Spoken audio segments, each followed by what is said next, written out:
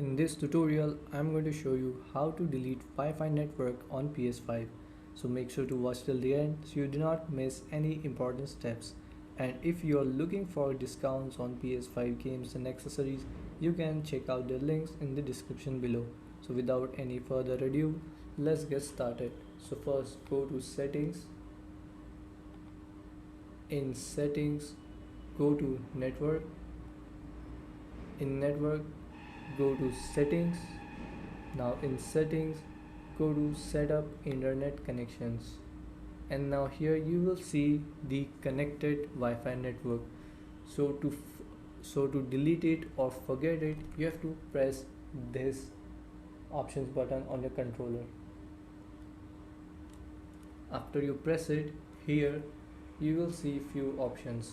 So from here you have to go on forget and press X, then go on OK and press X and wait for a few seconds, and that network is deleted and forgotten. So this is how you can delete or forget a Wi-Fi network on your PS5. Thanks for watching.